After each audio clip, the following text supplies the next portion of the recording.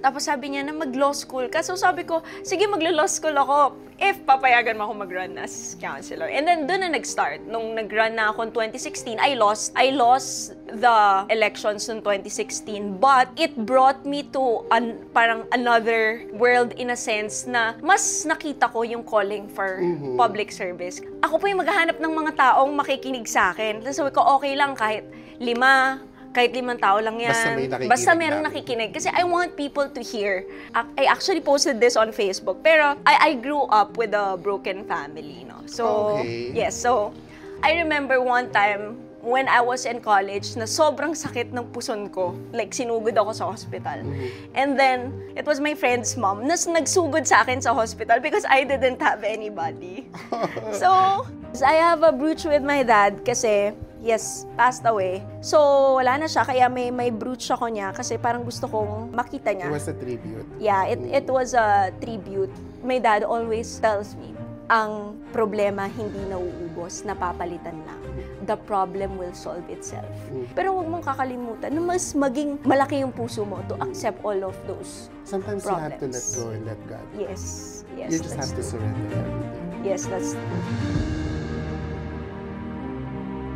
Hi, Miss Kay! Hello, Miss V. Yes. The youngest vice mayor. Yes. How does it feel po? Happy and very overwhelmed. Actually, ngayon, katatapos lang nung session namin. And I really felt like parang ibang-iba siya. Ibang-iba in some way? Ibang-iba sa pagiging counselor. Siyempre, before, di ba? Barangay kagawad ako and then counselor.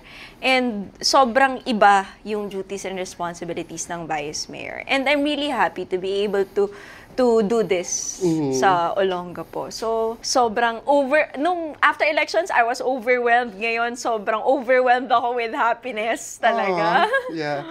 Speaking of ibang-iba, like, paano ka nagsimula as public official? And nagsimula ako as barangay kagawad. So, initially, sa mga hindi nakakaalam nung sinimulan ko, in 2016, I ran for city councilor. So, I graduated in college ng 2015. So, pagka-graduate ko, parang my dad really wanted me to take up law. Pero ako, parang hindi ko siya feel, no? Parang, sabi ko, parang yung course ko kasi political economy. So, during the discussions when I was in 4th year, wala akong planong anything. Ang plan ko talaga mag-law school. But nung 4th year college ako, there was just one subject na medyo parang nag-resonate sa akin yung discussion ng prof.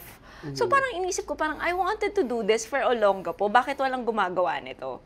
And then after, nung 2015 na nag-graduate ako, sakto, 2016 was the elections. Parang 2015 yung filing ng candidacy. So I asked my dad, sabi ko kung pwede akong tumakbo.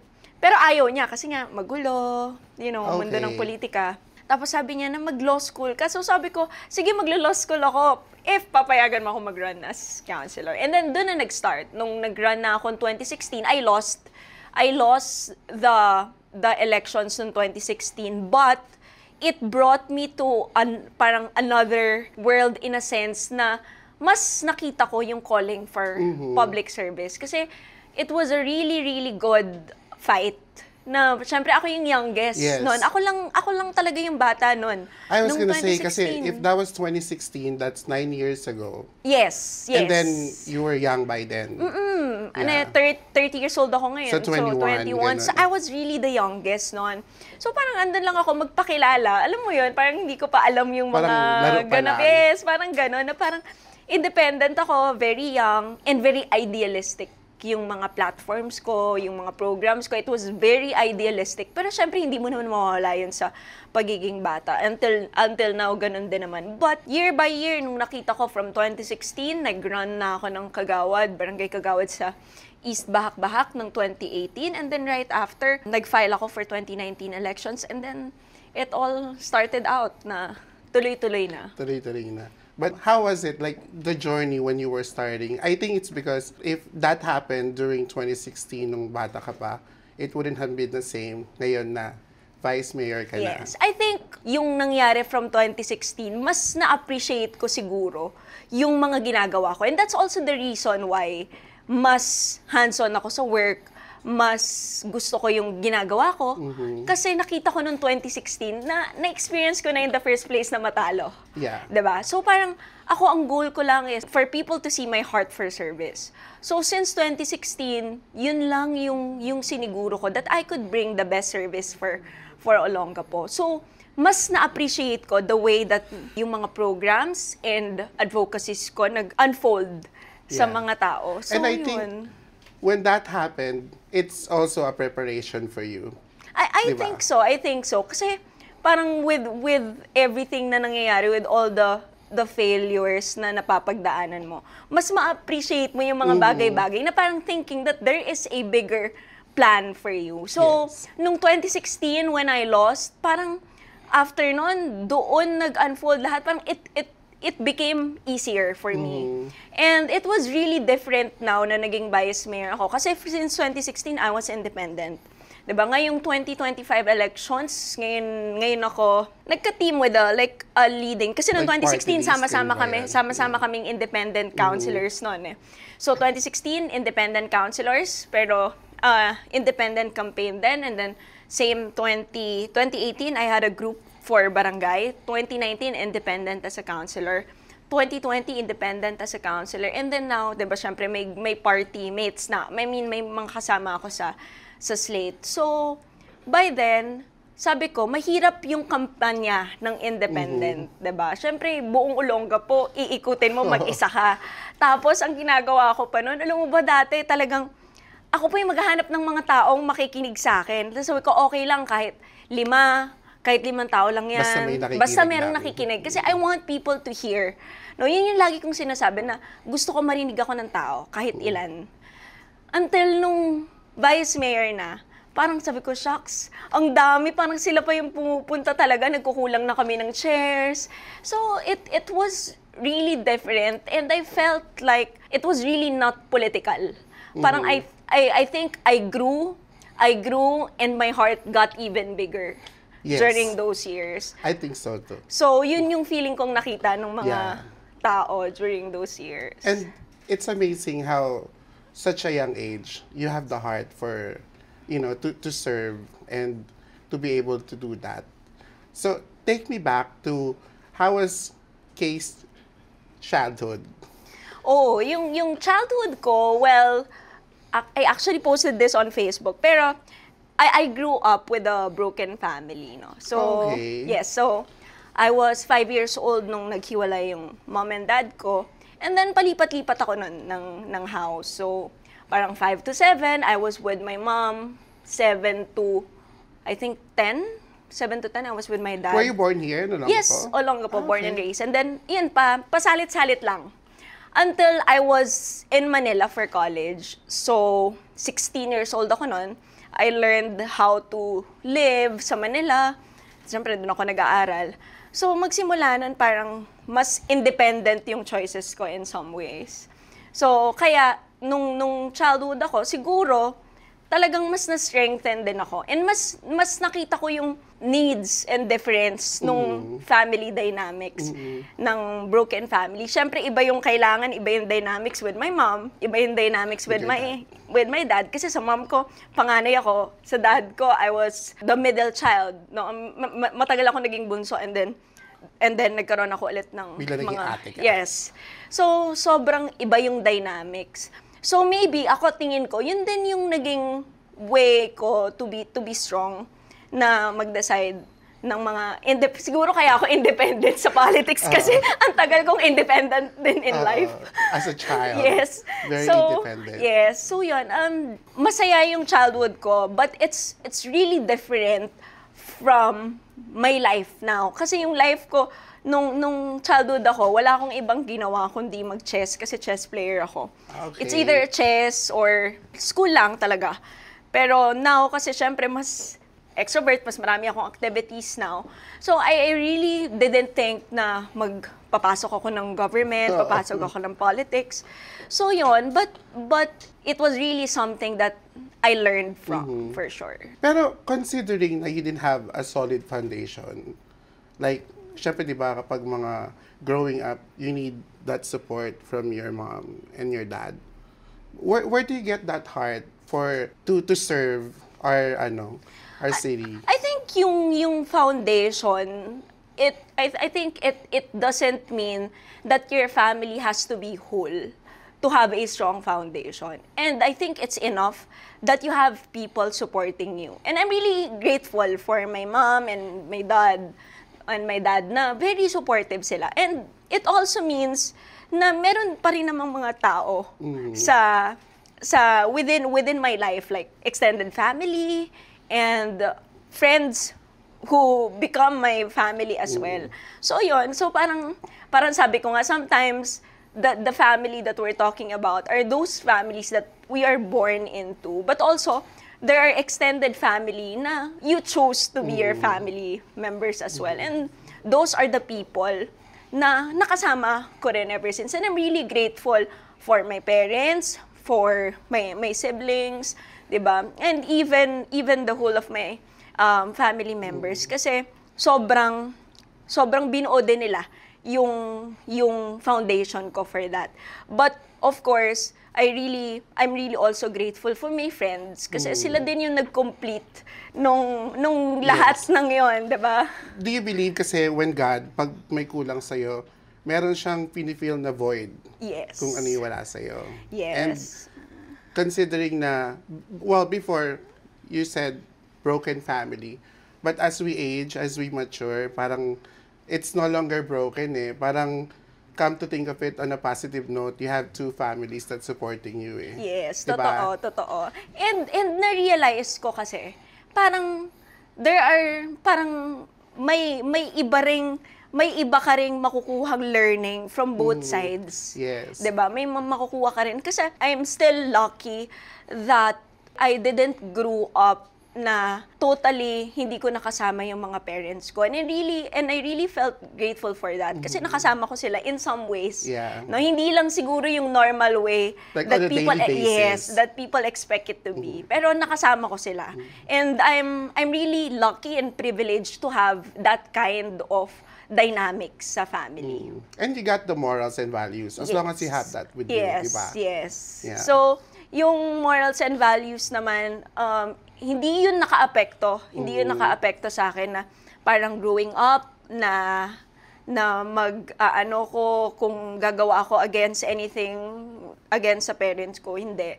Talagang, I grew up na mas inisip ko that I really had to work hard and I really had to accomplish something para at some point, 'di ba? Parang yung feeling ba na nung bata ako yung feeling na I didn't have this, so kailangan gawin ko to para magkaroon ako nito. Yes. Parang ganon. Parang you're healing your inner child. Yes, parang ganon. Parang ganon. Iba yung fulfillment kapag nagawa mo kasi yun eh. Diba? Tsaka kasi marami ngayon, mga broken, lahat naman siguro, parang 50% ng may broken family. But then, yung mga ibang kabataan, doon sila gumagawa ng mga bagay na hindi maganda. Doon sila nagre-rebelde. Pero ikaw, in spite of everything, in spite and despite of what happened, parang you still grew as a fine young lady talaga na, and I'm so happy and so proud of you. Ako sinasabi ko nga, no? I'm just an ordinary person who experiences all of these ordinary situations that even other ordinary men experience. Ang difference ko lang is I have extraordinary job, no? But yung ordinary situations na to, I don't think it's also the fault of other young individuals, no? I think we just choose the decisions na ginagawa natin every day. And sometimes maybe we just need guidance to fulfill all those decisions. And hindi ko naman sinasabi na hindi ako umiyak, hindi ako nagalit sa parents ko, hindi ako syempre there will always be a pain, no, yung parang there will always be a void in my heart.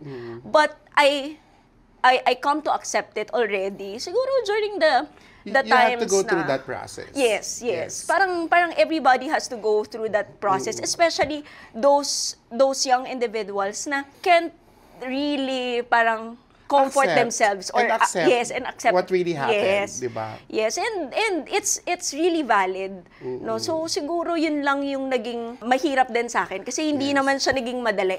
Oo. Kasi yung mga iba, para sa mga young individuals na nakaka-experience ng ganon, let's say, minsan pag hindi maganda yung naging future nila, yung kinabukasan nila, parang sinisisi nila from their past na kasi broken family ako, wala Yes. naman nag-guide sa akin eh. But Yes. at least there's someone like you na no matter what happened, di ba, it doesn't define your past. Kung it's really up to you kung paano gagampanan or Yes. may isasubukan yun. I remember nga, nung college ako kasi syempre mag-isa ko na sa Manila. So I was living with my roommate. So yung roommate ko, and then syempre yung roommate ko kasi very well taken care of siya ng family Okay. niya. Like ihatid siya sa condo. Kasama na ako doon kasi parang best friends kami. So parang ihatid siya sa condo, may food, may everything. So yun. And then I remember one time when I was in college na sobrang sakit ng puson ko. Sobrang sakit talaga. Like sinugod ako sa hospital. And then it was my mom's friend na it was my friend's mom, sorry. It was my friend's mom na nagsugod sa akin sa hospital because I didn't have anybody. So, yun talaga. Yun yung hindi ko makakalimutan sa college life ko. And Parang you felt like my mom should be here, di ba? I wish my mom was here during... oo, and I still understood it kasi syempre, malayo naman ako, nasa Manila ako. 'Di ba? Pero yung mga ganong bagay na parang I could have experienced that as well even during the time na childhood ako, nung bata ako. So 'yun. Pero even until now naman, I do experience that kasi parang sometimes when I'm sick also, 'di ba? Parang now that I don't have my parents living with me. So parang until now, even my friends, no, yung team ko, they are the ones giving me medicine, fruits, kapag Yeah. ano. So parang at the end of the day, parang iisipin mo na parang I only have myself at the end of the day. Pero there are still people na supporting Yes, me. God will put other people and they're there for a reason. Yeah. Hindi lang sila basta naging kaibigan mo. di ba? Yes. Yeah. So, yun. And then I just realized then na parang we just really have to accept the fact because sa lahat sa mga ibang aspeto naman ng buhay, di man ako pinabayaan ni Lord. Ni Lord. Yes. Tsaka acceptance is the key talaga. Oo. Tapos, syempre, yung pagkakataon na kailangan ko ring i-self-analyze yung mga bagay na to. Because if I want to do something, if I want to be at my best sa trabaho ko as giving love to the people, I also have to acknowledge the love that is given to me. Kasi hindi ko naman mabibigay yung pagmamahal sa taong bayan if wala akong nararamdaman na pagmamahal sa And sarili you also ko. have to love yourself. Yes. Yeah. So, yun, and until now, I think it's really different now kasi syempre marami na akong nakikilala. There are Lumaki na yung people, mundo yes, mo. mas Lumaki lumaki na na. yung mundo mo. Lumaki na yung mundo ko, lumaki na yung pamilya ko. Parang, Marami ng taong nagmamahal sa'yo. yes. It's really an overwhelming feeling talagang. Yes. And I'm also grateful kasi syempre may mga kampanya na may mga father figure, may mga mother figure na bumibisita or lumalapit, 'di ba, sa atin. So, I'm curious, since you said overwhelming siya, was there a time na parang, paano mo kinakalma yung sarili mo? Kasi syempre parang, all of a sudden, biglang ang dami ng kung sino ng mga nagtatawag sa'yo, nakakilala sa'yo. Parang, sobrang nag-iba siya ngayong... don't you miss yung mga ordinary days mo lang na pagising mo? Not necessarily. Kasi, syempre, ginusto ko din naman to, di ba? And pinagdasal ko to. Pero, mas naramdaman kong iba siya ngayon. Kasi parang I felt like, syempre, marami nang mas nakakakilala. Mas siguro, dahil mas marami rin natutulungan, mas marami nakakakilala, mas maraming nakakakita. So, overwhelming siya in a sense na parang totoo ba to? Parang totoo ba yung mga nangyayari to? Parang gano'n. Kaya kanina nga first regular session, pagkasakay ko na sa sakyan, oh my gosh, ganito pala yung feeling. Sabi ko kasi ibang-iba talaga. Yung team ko naman, nandito rin para sumalo nung mga syempre hindi naman sa lahat ma-acknowledge mo yung mga hindi mo naman mapapansin lahat. Kasi, syempre, may kausap ka, tapos hindi ka naman pwede kumausap ng dalawang tao na iba't iba yung request. Pero, we make sure that everyone is acknowledged at nakikita at nakakausap ko naman as long as there is maayos na organization ng system. But now, as a vice mayor, sino sa tingin mo, like, who was your influence to become who you are right now? I think siguro yung dad ko talaga, yung naging influence ko. He was a really good man. He became a mayor before during the time na ina-appoint yung mga mayor. Pero sobrang buwan lang. And then he resigned because he didn't like politics. So sobrang ironic. He resigned after like how many months? Pero he was your influence considering na he didn't like it. Oo, considering that he didn't like it because he was able to provide service even without the position. So he was a lawyer, he was a former manager ng public utilities natin and ng electricity, ng water. So he was really doing something that he could do for the public without the public position or the elected position. So yun, so he was really my influence. But at the end of the day, syempre, marami ring mga nakaka-apekto ng mga decisions ko. Like for example, yung mga ina-idolize kong mga politicians, especially here in Olongapo as well. So I really look up to the people na alam kong merong good influence sa akin. At lagi ko namang sinasabi na I would only stick up to the people na parang tingin ko could be a good influence also to other young leaders. Kasi hindi lang naman ako yung young leader na dito sa Olongapo or marami pang mas bata sa akin at susunod sa akin. And I think yun yung pinakamahalaga that I could also provide them with people na titignan din nila at a-idolin din nila. They can look up to. Yeah, kasi iba na rin ang generation ngayon, no? Like yung mga bata, kasi dati at such a very young age, hindi pa tayo ganun ka-involved sa politics, di ba? Yes. Pero ngayon, pabata ng pabata. Pabata ng pabata. Kaya nga sabi ko, may mga nakakasalubong din ako, even mga high school na talagang parang ina-idolize nila ako, talagang kilig na kilig pag nakikita tayo. Tapos parang sabi ko, parang ito pala yung audience ko, na ito yung mga taong yung mga taong nakatingin sa akin, yung mga taong siguro gusto rin nila maging tayo, 'di ba, in the future. And I really don't want to fail them or syempre yung sistema na nakikita nila sa atin. Kasi ako I believe na being a politician, it's either you have to have a certain heart. Yes. Like a golden heart actually. And it's either you have it or you don't. Honestly, it's like a mix of both golden and iron heart. 'Di ba? Why? You have to be matigas din. Kailangan mong maging matatag. Kasi it's not just about being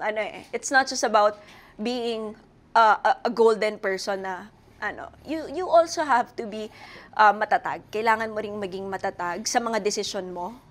At kailangan mo ring matatag sa mga kritisismo ng tao.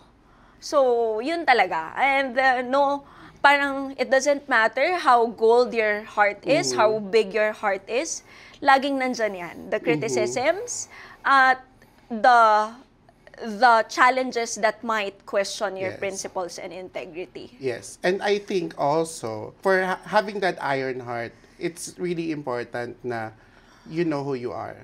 Yes. And it's really who you are in the dark. Yes. As long as you know kung sino ka, then walang makaka-apekto.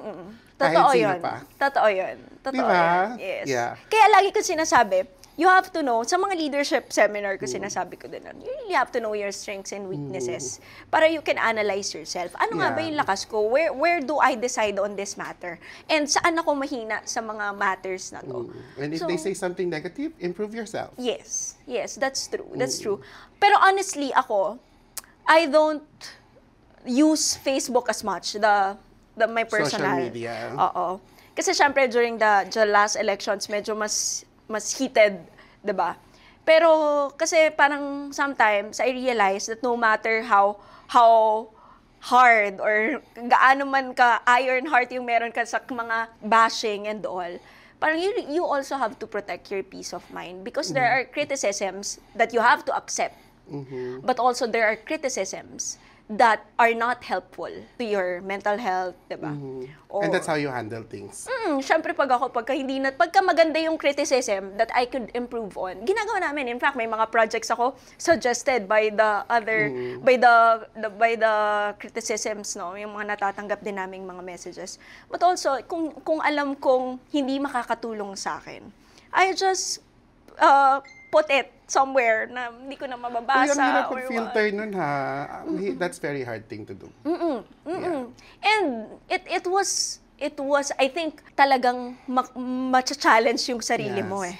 I think matcha-challenge talaga yung sarili mo. There will be stories, there will be yung mga below the belt na mga personal attacks, 'di ba? Okay lang kung about sa trabaho, I would gladly accept that.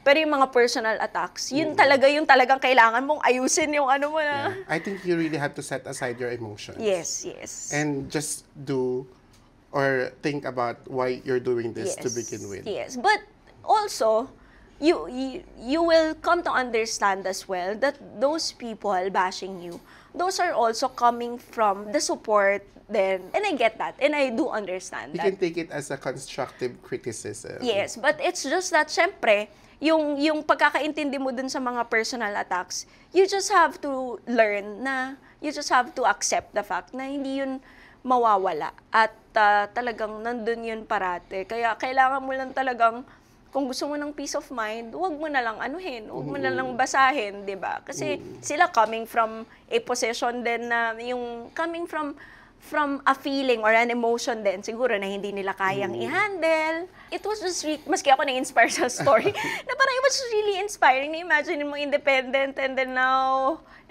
we're here and then I'm just proud to say na parang unti-unti, those people who are with me ever since. Kasama ko pa rin until now. No, ever since 2016. And I'm really proud of that. If I didn't have the heart for the people, even yung team ko, hindi ko na rin makakasama. They will see that. They will feel that. Yes. Lagi ko nga sinasabi na ang kakumpetensya ko, yung sarili ko. Yes. I never treated anyone or anybody as my competitor. Ang lagi kong kinakalaban, yung sarili ko. You have to be better than yourself. Yes. Kasi we know that we did our best or we're doing our best sa lahat ng services. Parang ako, ang challenge for me is to top that kind of service na naibigay ko. So parang I really have to do more. But during the turnover, meron ako nakitang post na meron kang brooch dito with your dad. Yes. That was very sweet. Anong story nun? Yes, I have a brooch with my dad kasi passed away. Yes. So, Okay. yes, passed na, yeah. So, wala na siya, kaya may brooch ako niya kasi parang gusto kong makita niya. It was a tribute. Yeah, it was a tribute kasi nung first term ko, 2019, he was still here. So, nagawa yung parang he was there to guide my campaign, basically. 2021, he died. 2022 elections. So, parang sabi ko, hindi ko alam ang gagawin ko. Kasi dad ko to sa bata ko pa. Tapos, syempre, even my kuya, my ate, hindi naman part ng politics. So, syempre, hindi naman nila alam yung mga campaign, unlike my dad. So, sabi ko, yung campaign ko, sabi ko, bahala na. Kasi it was really easy for me, diba, na mag-join or what, ng mga team na pwedeng, andun ako for the campaign. But, I chose to be independent as well. Kasi parang I really wanted to prove to my dad na parang I will stick by the principles he taught me. So, kahit mahirap, sabi ko, yun yung pinakamahirap. Sabi nila, pinakamadaling laban yung re-election. Kasi re-election ka na lang. Diba? Re-election ka na lang. Ibig sabihin, balikan mo lang yung mga natulungan mo, pakilala ka ulit. So, parang formality na lang. Diba? Kasi, syempre, mas marami ka na nagawa during the first term, diba? Mas maraming exposure and stuff. Pero honestly, it was the hardest campaign for me. Kasi yun yung first elections na wala si Papa. And then after nun,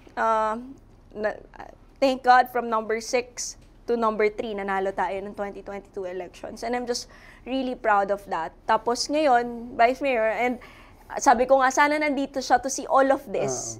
Kasi parang feeling ko, ito yung time na sayang, parang he wasn't here. Kasi during the time ng 2019, parang we were all struggling talaga. Nung nandito si Papa, we were really struggling in all of the decisions and all of the life situations na nangyayari sa amin.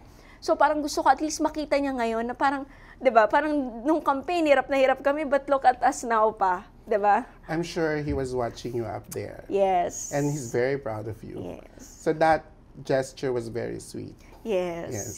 Kaya yun talaga, yung sa likod ko noon, may drawing pa yan, drawing din ng nephew ko yun. So to end this, kung meron kang message sa mga young leaders na gustong maging katulad mo rin or gustong mag-serve, well, it doesn't really have to be, you don't really have to be in that position to help and to serve, diba? But if you have message sa mga young leaders who's really inspired to do stuff like that, ano yung message mo? Siguro yung message ko is don't give up on your dreams talaga.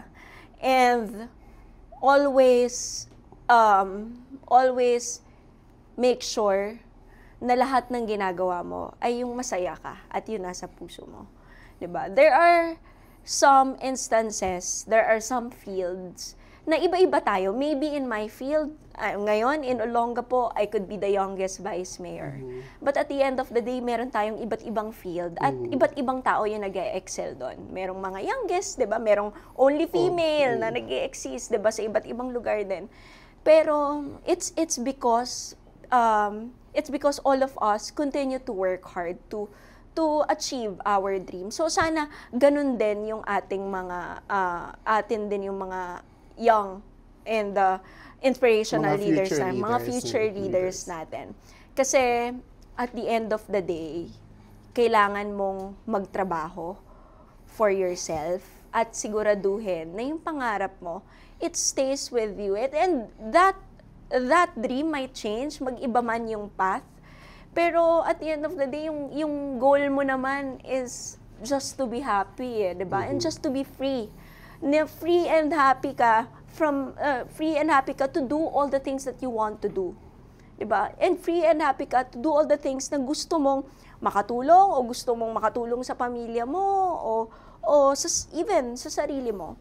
So, sa lahat ng mga nangangarap na maybe hindi lang future leaders, sa lahat ng mga nangangarap na kabataan, in general, huwag lang kayong mag-give up kasi sometimes we might fail, and that will always be part of our lives. No, yung mga challenges, parte yan. No, there will be some time na ko-questionin mo bakit nangyayari sa iyo to. But you have to accept the fact na hindi ibibigay yung challenge if you can't. And I remember my dad always tells me na ang problema hindi nauubos, napapalitan lang. The problem will solve itself. And ever since, alam mo tuwing may problema ko, even until now, never kong iniisip yun na sa problem. Parang bahala na, masosolve din yan. Hayaan mo ang problema mo ang mga problema sa iyo. Yes, yung mga personal problem ko talagang bahala na, masosolve din yan. Because at the end of the day, magugulat ka na lang eh. Parang minsan, na-solve na pala, 'di ba? Hindi, 'di ba? Lumipas na. So always remember that ang problema hindi nawawala, napapalitan lang. And our problems get even more, 'di ba? Get even bigger in the future. Pero huwag mong kakalimutan na mas maging malaki yung puso mo to accept all of those Sometimes problems. You have to let go and let God. Yes, you just have to true. surrender everything. Yes, that's true. Yes. That's true. And I'm forever grateful that I get to have this job, this opportunity. And we're so proud of you. I'm so happy to have met you, Miss Kay. Thank you. I'm really happy too, Miss B. Thank you so much. And thank you. Thank you so much, Click Creative Studio, for having us here. Napakaganda po ng inyong setup. At ako ay natutuwa na meron pang another studio na pwedeng mag-shoot ulit for this kind of content na meron tayo. Asahan niyo po na maybe sa mga susunod ko pong content also. Why not? Yeah, why not? Pagkaulirat mo. Nagwawala daw ako sa hospital kasi basag yung mukha ko. Parang kapag hindi nadala ng gamot yung ano ko, bubuksan na, pero parang i-expect na nga yung bad na, yun nga, nawala na. Tegi na, ganun. Kasi sabi nga nila, ang aksidente kasi, hindi mo may iwasan yan. Hindi mo may iwasan ang aksidente. Pero sa akin, ako aminado ako na, ako mismo yung naglapit sa sarili ko sa aksidente. Pero ang sabi nila, ikaw daw talagang bumunggo eh. I am a man of chances. Kaya nga lagi ako nasasaktan Pero man of chances kasi ako na parang feeling ko, yung taong yan, pag nagkamali yan, may chance pa yan. And I think, dahil nga man of chances ako, binigyan pa ako ni God ng another chance.